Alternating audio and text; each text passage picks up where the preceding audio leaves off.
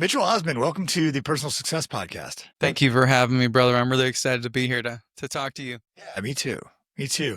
I guess I'd love to begin at the beginning. So, what moment or turning point made you realize that helping high performing men become better husbands and fathers was your mission? Yeah, that's a great first question to get started off with. And I often tell people, I started off on the wrong foot and I made a lot of mistakes and learned a lot of lessons the hard way. But I often get that question, what was your turning point or what made you decide to start this movement?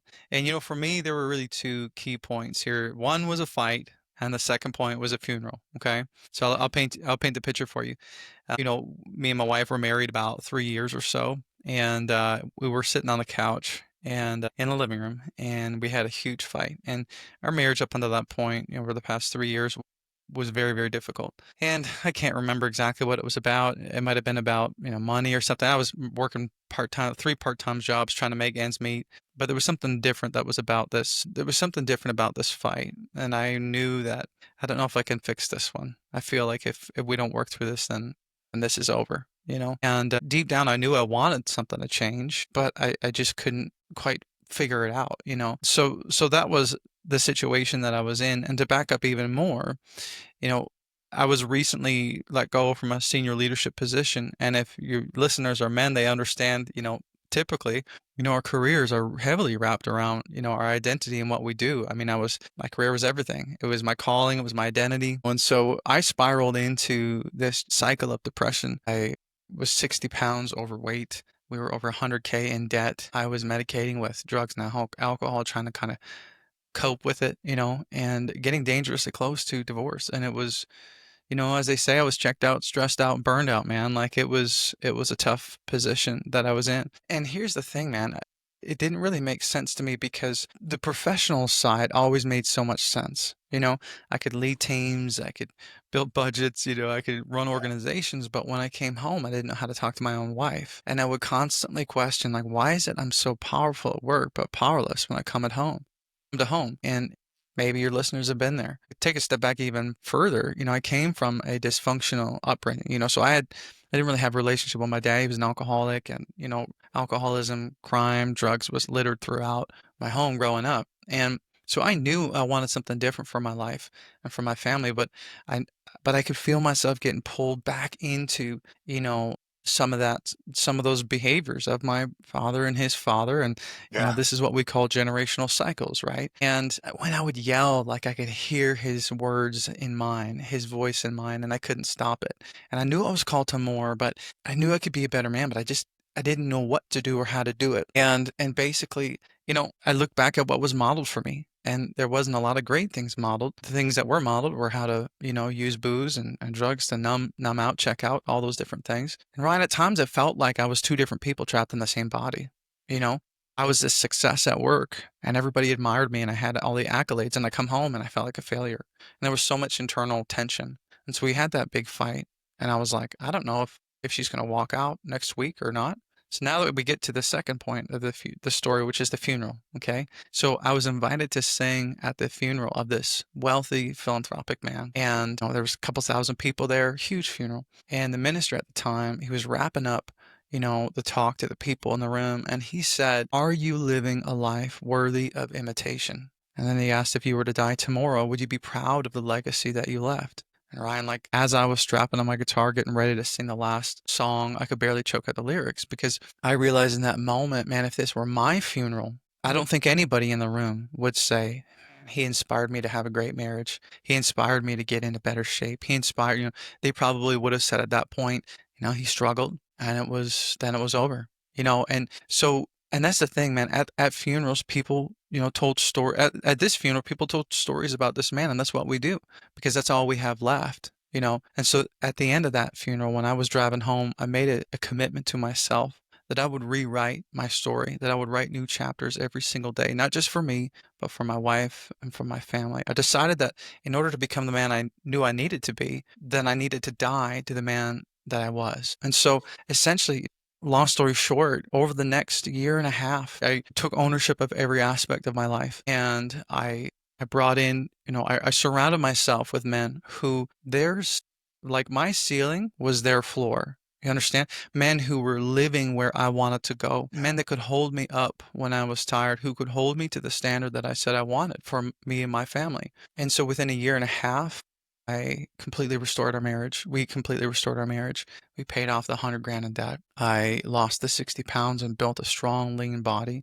And I was clean of substances and focused, And so essentially what happened after that was the next few years, because I was in public positions of leadership, people would ask questions. It's like, how did you do that, man? How'd you lose the weight? How did you, fill in the blank? And so I started helping my friends around me, just buddies of mine who are having a hard time in their marriage or in debt or, having a hard time losing weight. And one of my friends challenged me and he said, if you really want to have impact and you really want to make a dent in the world, then you should start a podcast and just to share your story and your frameworks and your systems. And so I did that. And then within 6 months or so, I had people contacting me throughout North America saying, "Hey, could you teach me?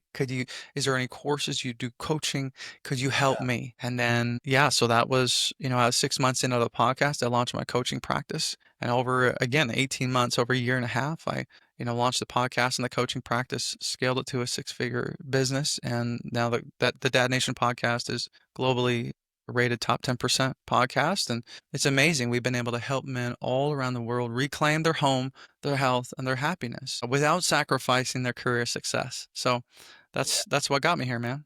Oh, Mitchell, there's so much in what you just said. And I think it's interesting because I can relate to so much of it because it really is kind of that two different people thing. I really relate to that. Mm. And I think it's a whole different set of skills at home, right? Mhm. It's one thing to go to work and to sort of lose that then really had to make you sort of feel lost.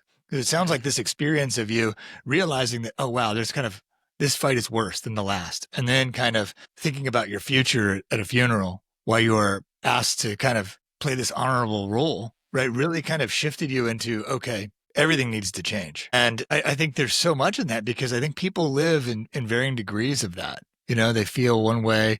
And there's also like a larger discussion in our culture right now about masculinity and the role that that plays and what that looks like. And is it fashionable or not? I guess I'm not sure how exactly to characterize the discussion, but that's just a list of kind of things that showed up for me while I was listening to you talk. And I wonder, I think a lot of people have that experience. I guess if you could be more, a lot of people have that experience of, especially the duality, right? I am one person at work, I'm successful and I get the job done and I'm a leader and I come home and, I feel, I don't know, I feel less than, like I don't know what to do with it. What was it that other than that drive home from the funeral, how did you commit to that? Because I think people have maybe had that experience of I'm going to change, and then the next day they don't. But you committed. Why did you commit? Well, I'd like to say I had some grand vision, and it was Yeah. desperation, man. It was like I'm sick and tired of being sick and tired. I'm sick and tired of feeling like there's a lack of authenticity. Like I feel like a hypocrite because people at work. And so here was another point that I don't always mention. Or within that week, my wife said to me when I came home one day, I was bagged, and she said, you go to work and you lead all these people and you give them the buffet and you come home and you give me the scraps and I'm tired of it. And for me, that was another point of like, wow, I have all of this completely backwards. Because if I were to die tomorrow, or if I was to find out that today was the last day I had on this earth, what would people say about the life that I lived? Was I living a life worthy of imitation? Heck no.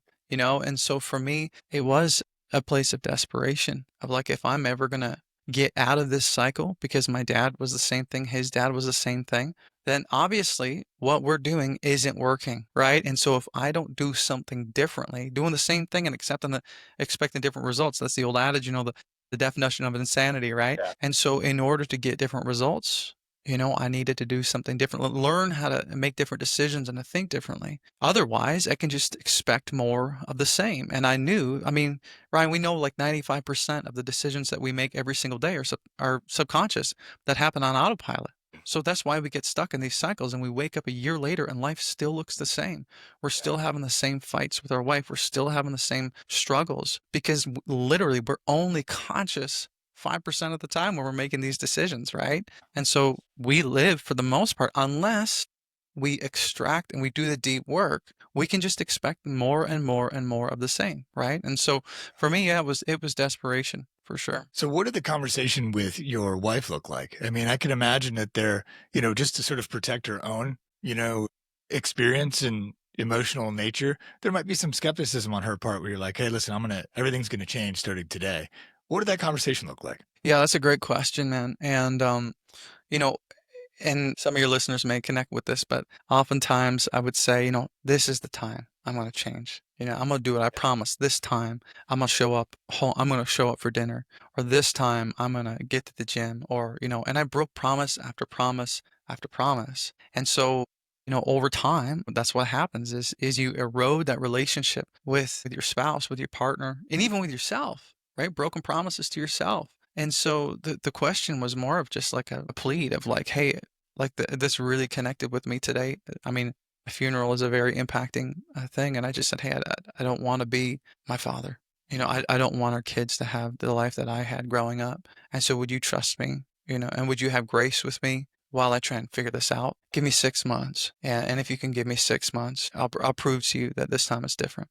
And this time was different, man, because I gathered those men around me. I brought in a trainer. I brought in a marriage therapist. I brought in specialists in those areas to help give me the tools I needed, which I had never done before. But at the end of the day, and again, I took ownership for the first time. I said, this is on me. You know what I mean? I'm not going to be a victim anymore. I'm not going to blame, well, my dad was blah, blah, blah. My family was this. I get that it happened, but that mentality was going to continue keeping me in the same trap. And so this time I said, you know what? Forget it. Doesn't matter where I've come from. I will not let that continue to control where I'm going, right? And so, and I talk to my clients a little bit about this, but, the way we think about life and how we experience is that we think that our past, really kind of dictates dictates our present, and then our present, we just kind of take action in the present, and then we just kind of end up in the future, which really, at the end of the day, means our past dictates our future because our present Yeah. is based off of that. But in reality, it's the complete opposite. You know, we must, if we want to go somewhere different, we must get a very clear picture about the future first, right? To remember that funeral moment, right? Who do I want to become? What kind of legacy am I leaving? Get a real clear picture on that, and then reverse engineer those steps in your present to get there, but while also speaking to your past and saying, no, no, no, I'm taking ownership of my past and it will not define me any longer. And I get to reframe what that meant for me. Was that a setback or a setup? What did that look like? And so I completely turned everything on its head on how I saw life. And so yeah, that's kind of what the conversation looked like with her. And thankfully, man, she was gracious, and we were able to recover. When you consider kind of the purpose or the utility, or I'm trying not to use too mechanical of words here, but what is the value of putting this much energy in your marriage, relationships, and yourself in that way that you discussed? How did that echo out to the rest of your life? Well, here's the thing. If you're in a committed relationship, like a serious relationship, or especially a marriage, it impacts everything. And it's funny. Marriage is funny in that, like, if everything in your life is going right, but your marriage is going wrong, none of that stuff matters because nothing's good at home. Yeah. But now on the opposite, if everything in your life is going wrong, but your marriage is going right, none of that stuff matters because everything's good at home. You see what I'm saying? Oh, yeah. And so what goes on at home affects literally everything. Your ability to show up powerfully at work because you're not distracted by the fight you had.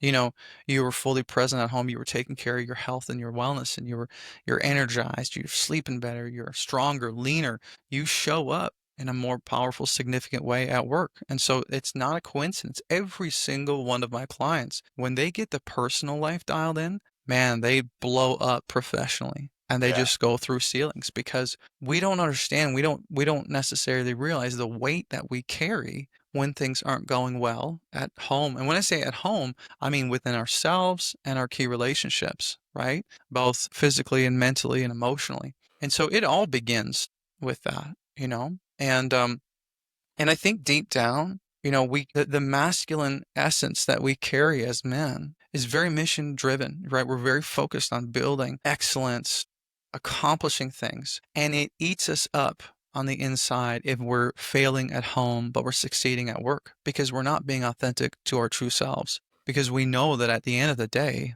there's something that we're not doing well in, and that there's a woman that doesn't believe in me. There's a woman that doesn't respect me. The woman I've dedicated my life to, or my children that I don't even know, you Yeah. know?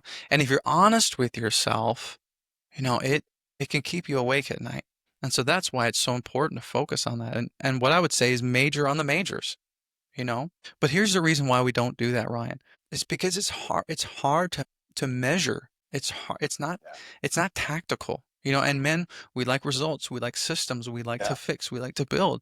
And so when I go to work, it's very easy to see if I'm successful. Yeah. Because what was profits like this past quarter? Or I got a promotion bonus, or I locked in this deal. Oh, that's easy. Okay. Pat myself on the back because it's very tactical, right? When you come Okay. home, it's not as tangible, if you will. Your 6-year-old is not going to walk up to you and be like, Daddy, here's 10 strategic reasons why you are the best father ever. Yeah. He's not going to Yeah. do that, right? And how do you quantify making moves, in your emotions or your self-confidence? It's really blurry. And so Yeah. we shy away from it because we can't wrap a system around it. You know what I mean? And Yeah. that's why it's hard to focus on it. Absolutely. I'm wondering, in the people you've worked with, what's sort of happening in our culture? What have you learned about how masculinity and it's changed, how it shows up, how it's valued? And I guess to follow up on that, what can you tell men as a general population who have a family and are struggling with what you struggled with, Mitchell? Yeah, man, that's so huge. What I'm seeing in men is confusion, right? They don't know how to show up as a man, as a husband, as a father, and dare I say as a masculine man, because culture has really kind of made that a bit of a poo-poo word. I don't believe in toxic masculinity. I believe in immature masculinity. And if you were to take every definition of toxic masculinity and scratch out that word and write immature, then yeah, for sure, that's what Yeah. you'd see. But I believe the mature, modern, masculine man it's very hard to nail down for a lot of guys what that looks like because there's just so much confusion in our world today about what that looks like. And so that's what I see in a lot of my clients. What happens is they don't step into that. They don't step into that role. And if we're being honest, we can't deny the fact that there is obviously a masculine essence and a feminine essence. And we both, both men and women carry both for sure. Okay. So I'm not talking about men versus women. I'm just talking about our essences, and so when a man doesn't step into that role of like ownership and providing and protecting in all the different ways. I'm not just talking about financially, I'm talking about Yeah. emotionally, mentally. Then what happens is the wife steps in because she needs to, or the partner steps into that situation. And then she begins to take on a role that she's not necessarily designed for. Yeah. And she begins to take on both roles, the masculine and the feminine, the mom and the dad. She takes ownership. She gets assertive. She taking care of the kids, and dad just kind of starts to check out slowly because he doesn't really know where he fits. And what happens? The man begins to feel like a bit of a nuisance at home. It's like, do you guys even need me? What am I doing here? And legit, Ryan, I've said that verbatim to my wife earlier Yeah. on. I'm like, I feel like a pain in the neck. But what happened was the dynamic shifted. And we went from husband and wife, I would say parent child kind of relationship where Yeah. she felt like she was taking care of me along with the rest of the kids, you know? And so that dynamic shifted. And all of a sudden, I wasn't showing up that way in the way that she needed me to. So what was the result of that? She lost respect for me and she lost desire for me, which is so, so common with most every single man that I work Yeah. with, Ryan. And so to answer your question, it comes from a lack of understanding of how to show up and then a gradual drift over time. And what I would say, the second question you asked is why is it important, for us to step into this and, what is our role in all this? I would say, I would encourage you if you're listening today and you felt like maybe whether it's through society or maybe your own sort of slow drift or slow fade, I want you to hear me say that what you do matters, right? Because here's some statistics that will kind of blow your mind. 1 in 4 kids will grow up without a father in the home in the US today, right? Some parts of society will say that men don't matter, but the numbers say otherwise, right? 63% of youth suicides come from fatherless homes. 90% of homeless and runaway children come from fatherless homes. 85% of children with behavioral disorders come from fatherless homes. And the last one, 1% of all high school dropouts come from fatherless homes. So what's the truth? Your children need you. Your spouse needs you. This world needs you to show up powerfully, because we know that right now, as of 2024, I believe it was, there were over 7 million men that aren't in the workforce, that are being numbed by distractions and medications. And the average man today in the US spends over 2,000 hours per year in front of a screen escaping reality. And since 1995, the number of men with zero close friends jumped from 3% to 15%. So what does that tell us? It tells us that we're lonely, we're checked out, we're stressed out, right? We're medicating. But why is that is important? It's important for us to fix this because of the statistics that I just shared. Because your family needs you. Your children are depending on you to grow up and and be a healthy, happy kid. Does that make sense? Yeah, absolutely it does. So much of what you said really just emotionally resonated with a lot of my experience and a lot of what I see out there. And I think that is I certainly understand that. I used to look around at other fathers like at functions and be like, what are they doing? Because what you said, I wasn't sure how you're supposed to fit in. And, I sort of just made the decision that, and I think there's enough information out there. I think it's something with my Instagram feed because I look up a lot of parenting things on there. Just, and some of them have some, there's a junk, of course, out there, but there's a lot of things like playing with your kids, for 15 minutes a day, boosts IQ X amount of points or whatnot because they're able to better regulate their nervous system, et cetera. And I think those are sort of vital things because that was one of the things. My boys are 2 years old. They just turned 2 in April. And Hmm. so one of the things I had to battle at first is like, okay, I feel like left out, like I don't know what to do. And I was like, that's kind of unacceptable. So I was really clear that, sort of I was going to, maybe this is an assertion of masculinity, but when I entered the room, when I was home from work, when I was whatever, I was going to be engaging with them nonstop. Just kind of, it was like, okay, dad's home. I'm sort of taking over. And I really I don't know that I see outside what my role was to be, but I had to create it. And I Hmm. had to do that through like consistency. And there's something there there's like a bell that went off there. So I guess that's kind of what I would say to somebody who battles with that, because I think I still look out there and I'm like, oh, that's interesting. That dad seems disengaged from this thing we're doing. Is that the role I'm supposed to play? Am I supposed to look disengaged? So Mitchell, I might ask you, as dads are trying to find out their role at home, how would you advise them to sort of think about that, to engage with that? Yeah. I would say, if you're listening and you're in you're married or you have children with your spouse, then the biggest thing that you need to focus on is showing up for her first, okay? Sometimes I know we talked a lot about being a father, and that's very, very important. It's important for us to love our children. But I say this, and it gets me in trouble all the time. Sometimes people say to me, "What do you want your son to know?" And I say, "I want my son to know that he's number two next to my wife." Yeah. And they're like, "You can't say that." I said, Absolutely I can.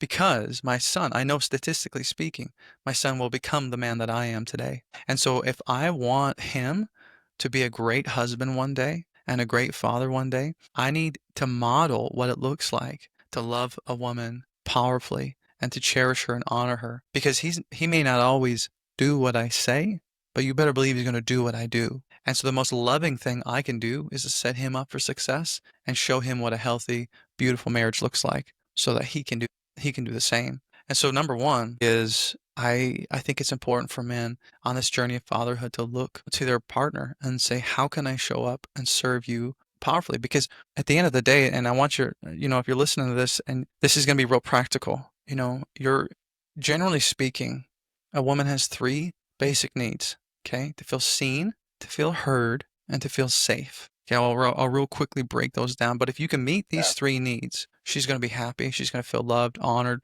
and that's going to result in like a lot more content and happiness at home. And that will be how you show up at home. But to feel seen, well, I call it the three A's. It's, appreciation, acknowledgement, and affection. So saying, hey, babe, thank you so much for whatever it was. That meal was absolutely delicious. Or like, thank you so much for being such an incredible mom. Or I see what you're doing. Appreciation, acknowledgement, and affection. Not treating her like a mom, but treating her like a bride. You know, touching her if that's what she likes, being verbally affectionate, whatever. So seeing, heard, okay, this is a big one because a lot of times our wives feel like they're talking to a robot, a distracted robot at that, right? Yeah. So put the Right. phone down, turn the TV off, look her in her eyes. And I usually say to guys, wherever you are, like be where your feet are.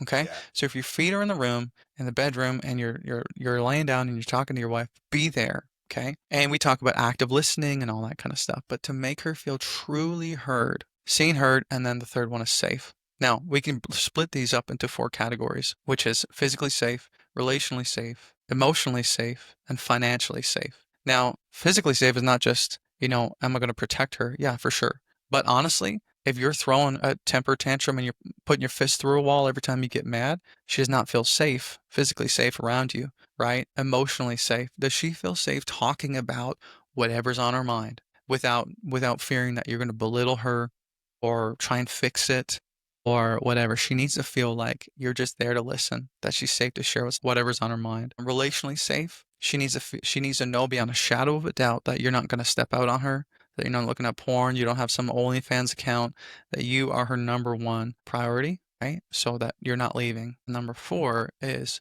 financially safe. And meaning that you're not going to be reckless and irresponsible because she's thinking about the kids, right? That you're not going to be spending all kinds of money and putting them in financial risk. And so if you were to even just take care of those 3 basic needs, I promise you, she would be so much more content and you would see your marriage turn around tomorrow. So you could just literally have that conversation with her and say, hey, honey, what does it look like to make you feel more seen? What does it look like to make you feel more heard? And what does it look like to make you feel more safe? And you better believe she's going to have words to share. And we Yeah. may not necessarily have the answers because we struggle with words, but I guarantee you, every time my clients ask their wives that, it blows their wives' minds because they're like, you've never asked me Yeah. anything like that. Mhm. Does that help? I mean, that's just some things Absolutely. that men can use. And just, I want to say this before I forget. I do have a free gift for your listeners that I want to give them that's going to really help with them to connect with their partners on an emotional level at the end of the Yeah. episode. Okay, great, great. I think that it's funny that I'm quoting Instagram memes or whatnot on there, but there was another one that I saw that said, if you want well-adjusted kids, then invest in your relationship. Yes. And I think that's sort of what I just heard you say. 100% show up there because I mean, we just talked about it, all the statistics of these kids, suicides, homeless, behavioral disorders, dropouts. They come from homes where the father's not there, where they left, where there was a divorce. And here's another statistic that'll blow your mind, man. We know that right as of 2024, 7 out of every 10 divorces in the United States are initiated by women. Yeah. And in situations where the wife is educated and a higher earner, that statistic jumps to 90%. 90% of all divorces are initiated by women. I mean, that's interesting data, right? Yeah. That's something we can actually wrap our heads around and do something about, right? Yeah. Yeah. It really is. It's really scary too. Yeah. About that is it doesn't sit well in my gut. So I want to take a hard right turn because I know part of what you do is you talk a lot of your clients about fitness. Mhm. So what role does physical health play in your overall coaching framework? Yeah, so I mean, it's the 3 pillars for me, because after working with, busy professionals, those are the 3 areas that they've struggled with most in their personal relationships and their mindset, struggling with like, you know, limiting self-beliefs or the sabotager, or the imposter syndrome. But the third one's fitness. And when I say fitness, I don't mean getting jacked and being a bodybuilder. I'm talking about are you healthy? Are you lean? Are you strong? Can you, show up? Can you play catch with your son and keep Yeah. up with him, But at the end of the day, man, we deal a lot with that because so what I do is I give all of my clients a customized nutrition plan and a customized training plan based on the equipment that they have access to and based on the food that the family's already eating because this is all about sustainability, right? Yeah.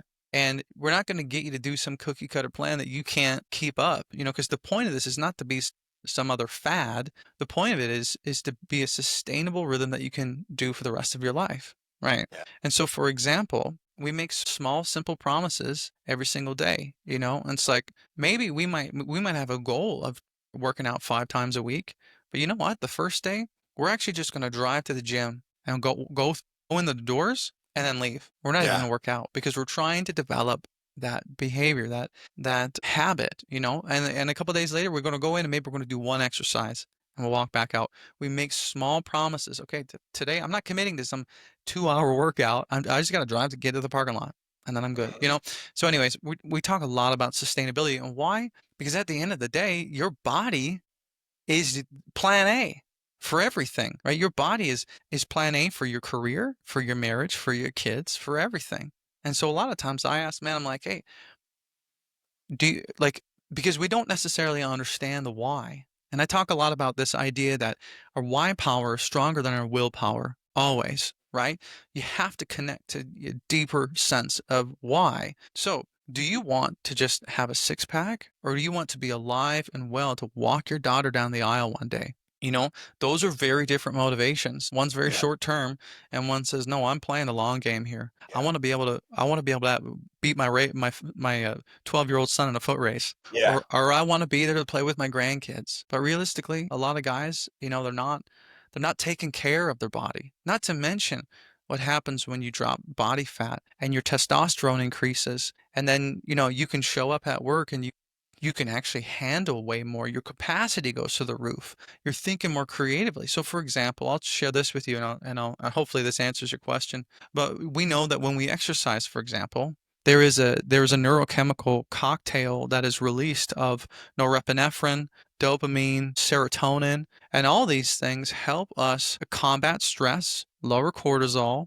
It helps us think creatively. It helps us problem solve. Some of the best ideas in my business have come after a run or a weight training Yeah. session or whatever, right? And so that's so important. So if for no other reason, to be there for your family and all those things, another reason would be to just, man, if you want to level up your game, start training because of the neurochemicals that get released. It's incredible. I have like a little note on my phone called ideas while I was running, and some of them are good, but what happened is I'd have these great ideas while I was running, and I'd get home and be like, what was that again? Get back into the day or whatever. And so you're right. I have that same experience. So Well, and we know this to be true, right? This is not just theory. This is just fact. yeah. So there's a therapist who was sort of made famous through like a Netflix documentary. He was Jonah Hill's psychiatrist, and his name was Phil Stutz. And he has this great book out where he sort of talks about different stories from people he's worked with over the years. And there was one really like high power executive whose life was just falling apart. And his wife had left him and divorce proceedings were in the process. And he was starting to struggle at work. And he's like, I messed up. I came from an abusive family. But you gotta help me fix myself. This needs done soon. And as they went on, somehow he was tipped off that there wasn't any physical exercise. He was obviously out of shape or whatever. And he said something similar to what you did. He goes, well, why don't you start going for a walk every day? And on week 2, maybe you jog for a few steps, but just, can you commit to doing that 3 times a day? And he's like, 3 times a day? Psh, I'll commit. I'll do it 5 times a day. What happened was he would follow up with him. And after, I think it was like 6 months of doing this, his business went back on track. He fixed his marriage. And so he just was so out of touch with himself, and just giving access to his physical body, which was something he hadn't considered before, really helped put everything in line. Mm-hmm. Mm-hmm. Well, and the reason why that is, Ryan, is because, and this is another reason why all of my clients, I have them on an exercise routine, is because you can't cheat, having your health. You can't hack it. You got to put in the work and you got to commit. And what happens, this process of making small commitments, no joke, man. I've said, hey, for week 1, we're just going to get you to stop drinking soda, pop, whatever. That's it. Nothing else. We're going to make a small promise and we're going to keep it this week. And then the next week, what's another? Can you walk around the block 2 times? Okay, that's another promise. Now, why is that? I referenced this just real quickly in the beginning of the interview, but this is what happens is we break promises to ourselves and our self-confidence begins to erode, right? And so what happens is when you say, well, say for example, me and you said, I said, Ryan, I'm going to show up Tuesday night. Every Tuesday night, we're going to have a beer at the local pub. And the first week, I said, I showed up for 7:30, but the next week it was 8:30. And the next week it was 9 o'clock. What would happen? You'd be like, oh, I don't think this guy's showing up. And then eventually I just stopped showing up at all. You lose confidence in this relationship. Yep. Same thing happens with ourselves, but we think we're lying to ourselves and we think, well, no one's going to know because it's just a promise I made to myself. But the subconscious mind knows. And so what happens is your mind begins to form this narrative that says, why should anyone else trust you if you can't even trust yourself to follow through, to wake up to an alarm clock. That's so true. And so what happens is your self-confidence erodes, right? And you lose rapport with yourself. And so one of the first things I do is I get my clients to make 3 promises right off the get-go. All right, we're working together. What are your 3 promises? What are you going to start doing today to start rebuilding that rapport with yourself and start stacking wins? And the fitness component, showing up, going to the gym, is something tactical that we can do as men, that we can start stacking wins and casting votes, however you want to phrase it, to start building that self-confidence. What happens? Then we become believing that we are the man that we say we are. And then we start showing up more powerfully in our marriage and in our careers, because then we can start making bigger and bigger and bigger promises. But the problem is people get caught up in someone else's discipline or someone else's plan. Well, I'm going Yeah. to do this insanity workout, or I'm going to go on the carnivore diet. Yeah. And they go from 0 to 100 and they set themselves up for failure. And what happens is they don't follow through because it's a ridiculous plan designed for somebody with a high level of discipline. But then they don't follow through, and the brain, it's all it's trying to do is make sense of the world. It says, "See, told you weren't going to do it. This is just who you are, man. Yeah. Why do you even keep trying?" And so you fall back into that rut, which actually drives you back further, right? And so Yeah. what I say to guys is, if you're not meeting your fitness goals, lower them. Yeah. And I'm going to be the first coach to probably say that. But if you're not meeting your goals, lower them so that you can. Because that's half the problem with guys these days, is their goals are way too big. Because they're comparing themselves to somebody they saw on Instagram that's been doing it for 20 years. You understand what I mean? Yeah. Oh yeah. This is one thing I see just in about probably every client I've ever worked with, myself. My coach points it out to me that, you just, if you, somewhere along the lines, we lose self-trust, right? And so you've got to create both the ability to regrow that, right? And it might be lowering your fitness goals, but you also have to kind of create a cadence and kind of a ritual of checking in with yourself to say, okay, what can I do today? Can I push this a little further, or what is happening right now? And don't judge what that means for like the big picture, because there's times where I'll be like, I can only do this today, and that means that I'm moving backwards. No, we'll worry about that later. We'll create a time and space for that. But it really all has to do with this ability to trust yourself, to trust that you will show up for yourself when the time comes in the way that you need to. Yeah, 100%. And that's, what we need to do is we need to begin with the end in mind, and we need to create a plan as to what we want life to look like, and then define success for us. Stephen Covey in his book, 7 Habits of Highly Effective People, chapter 2 is begin with the end in mind. Napoleon Hill says begin with the end in mind.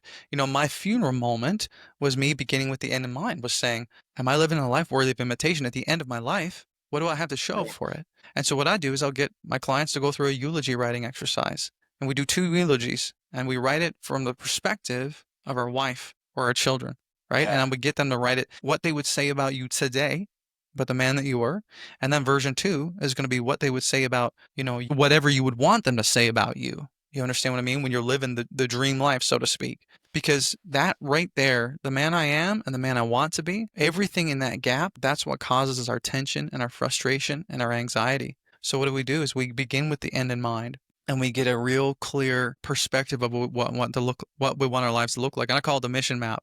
It's a Yeah. framework that I use, and then we basically reverse engineer that end result into, which is our dreams. And this is called, I just call them my legacy ladders, the 3 rungs, the dreams, and then we reverse engineer those into strategies, and reverse engineer those strategies into daily action steps. So we get super crystal clear on where we want to go and what we want to do in our fitness, in our minds, in our marriages, all those different things. And then we get really tactical and wrap plans around it, because that's what we need to do, right? Make missions, and then get around men who are on the same mission, and then go for it, but it must be defined by us, not someone else. It can't, success, that's the problem, is we compare our success to our, father-in-law or our neighbor or our Yeah. boss or whatever. And it's like, you're killing yourself trying to meet Yeah. some ideal that is not even for you. But what does Yeah. success look like for you? Right? But Yeah. realistically, a lot of guys don't even know. 90% Right. of the clients I work with, one of the first questions I ask them is, what do you want? And they're Yeah. like, Mitch, I don't even know. Yeah. Right? I was curious in your journey. You talked a lot about what got you here. I often find that there is something that we need to let go of? And sometimes that's a triggering word or a triggering phrase. So maybe there's something you had to surrender to let go in order to kind of make room for this success in your life. If that was true, what did that look like for you? Yeah, I would say, well, let me split that up into two answers. I think there's things that we need to let go of mentally, psychologically, and there are things that we need to let go of practically, right? And so, for example, I need to let go of, my hurt and resentment from my childhood, number Yeah. one, because that was what was keeping me pinned in this sort of victim mindset, and they say, how to go from victim to victor, that's essentially what I was trying to do. But I was continuing to give power to my past because I was like, well, I'm just gonna be just like my dad because that's what I was told. You know, you're gonna be like your dad. You're gonna drink. You're gonna whatever. Or I was told growing up that you're not the smart one, right? Your older sister's the smart one. She's the one that gets the good grades. And so every time I tried to do something, I mean, Ryan, before I even launched this, I spent 3 years writing out content and systems and frameworks before I even had the courage to even launch the podcast. I've got hundreds of pages of content because I was just writing out everything in my brain because I didn't have the courage to even be able to do it because I believed that I wasn't smart, that nobody was going to listen to me. I have nothing Yeah. to valuable to share. And so I had to let go of that internal narrative of like the lies that I was believing. I had to Yeah. call out the lie and I had to replace those lies with greater truths, which is something that we do a lot of work with my clients is that this is what we call the deep work, right? And understanding what from my past do I need to let go of so that it can project me into the future. Because this, at the end of the day, is why we self-sabotage. This is why we deal Yeah. with the imposter syndrome, is because our self-belief is so limited based on where we've come from. So I would say number one, it's really important to really analyze where you've come from and what lies you're still believing from people who have spoken into you, whether they're parents or friends or teachers or you name it. And it's ego and it's pride that stops people from doing that, or fear. And so Yeah. have the courage to do that. And number two, the practical piece is there's going to be things that you're going to have to let go of in your life right now, like friends, dare I say it. No, we don't. We say you're the top. This isn't an adage at this point or a platitude, but you're the top. Your personality is a combination of the top 5 people you spend the most time with, right? And so that's why I created what I call the Iron Five. Is every client finds 5 men who are like I said, their ceiling is these guys floor. You know what I mean? And it's like I need to get around these men. And when we do an audit of our social circles, usually are guys who are just doing a lot of the same things over and over again. So it might be that. It might be letting go of addictions. It might be letting go of, whatever that might be. Hobbies or habits, that are time draining and they're not necessarily productive. Yeah. I walked through a life card report or sorry, what am I saying here? A report card life exercise, which is basically, you know, we have to observe where we're at in life and really kind of do an assessment. And I call it the report card because we were raised in an education system that said you have to be an A plus in everything, right? From Yeah. kindergarten onward. That's the goal. A straight A's, right? We reward those people. But what happens is you get out of school, you get married, you get a mortgage, you get a career, you get kids, and you start stacking everything on. And what are we still doing? We're still trying to get an A plus in everything, and it kills us. Yeah. And so we go through and we say, what is going to be an A for you in this season? And what are you going to give a B minus and be okay with it, or a C Yeah. plus? And you know what? Maybe there's something in your life that you need to give an F to just for this season, right? Yeah. Before my son came along, I was training 6 days a week. I was an A plus. But when he Yeah. came and then, I launched the business and blah, blah, blah. I got to be okay with a B plus. It or an A minus in that. And so I'm not going to Yeah. train 6 times a week and do these crazy meal prep sessions. Maybe I'll train 3 times a week and look at moderation, right? And so understanding there are going to have to be modifications to make, and you're going to let go of some things to make Yeah. room for the great things in your life. I love that. I'll say this real quick. Yeah. Another question that I ask is, and I would love your listeners to consider this, what good things in your life do you have to remove to make room for the best things? Because Yeah. so many people, we're doing a lot of good things, but what's the best thing? And we Yeah. have to determine what gets our automatic yes. Because you know what? Every time you give something or someone your yes, something or someone else is getting a no. And so every time I say yes to that evening commitment, that meeting, or that proposal, that means my wife gets a no. And I'm okay with that. I need to Yeah. understand that, and I need to understand that I need to make room for the best things in my life. My automatic Yeah. yeses. That's awesome. Mitchell, as we come close to the end of our time, I just wonder what's something that I could have asked you or should have asked you that you expected to answer, but I didn't. That's a great question, man. I don't know. Nothing, man. You're like you're all around the bases, man. I loved it. I did too. So much of what you said really resonated with me, and really, I know for me, I certainly want to kind of dive deeper into what you do. And if someone else listening had sort of the same experience, how could they connect with you? Yeah, man. So I keep it super simple. I help men three different ways: through content, through courses, and through coaching. Right. And so the content is the Dad Nation podcast. I mean, like I said, we're globally rated top 10%. I bring in influencers and experts, doctors, neuroscientists, I mean, you name it, and interview them on everything that a man, husband, father would struggle with. We get into it all. It's awesome. And if you just listen to that alone and implemented some of the strategies, it would change your life. And so the courses I'm about to release, probably by the time this episode gets released, it will be available. But I've created an online program called the High Performance Husband, which is Yeah. essentially everything in my brain and everything I've taught my one-to-one clients in an online program that's self-guided that can take you through this. And then the third tier for a lot of guys who want to take action right now, the coaching is a part of that. So I do group coaching primarily. For the right person, I'll do one-to-one, but I've created a community called the Dad Nation Coalition, which is a community of men, like-minded men who are doing the same thing on the exact same journey, who want to level up in their marriage, fitness, and their mindset. They're successful entrepreneurs, CEOs, VPs, you name it. And we just have a ton of fun, man. And we just level up for the things that really matter. Well, it's been awesome to chat with you today. Finding all the links will be in the show notes, of course, for anybody who's interested in looking a little further. But I thank you, Mitchell, for your time. Yeah, Oh, and if you you had a gift for us, right? Or for the listener? Yeah, I forget. I always forget this. And the last two episodes I was on, I forgot. So I just wanted to throw it in there. But it's just called the connection code. And it's Yeah. 50 questions to spark the fun and bring the fire back in your relationship. And it's 50 of my favorite questions. They're tried, tested, true. And they cover everything from like intimacy, having fun together, you name it. And so I just tell guys like download the guide, it's totally free, and just take two or three questions, go on a date night or when you put the kids down, pour up a glass of Yeah. wine and take any of these questions off the page, and it's going to blow her mind. And you're going to connect on so much on a deeper level emotionally, which in turn is going to help you connect with her on a physical level, which is what a lot of guys really want. So take that, enjoy it, and yeah, I hope you enjoy it. So listen, Brian, thank you for having me on the show Yeah, today. of This has course. been awesome. Yeah, I know. It's been great to chat with you. And it's really a different type of show than we've done in the past. So I'm really excited to hear what the listeners think. But thank you, Mitchell, for connecting with me today. Yeah, thanks for having me, man. It was a pleasure and an honor. Yeah, absolutely.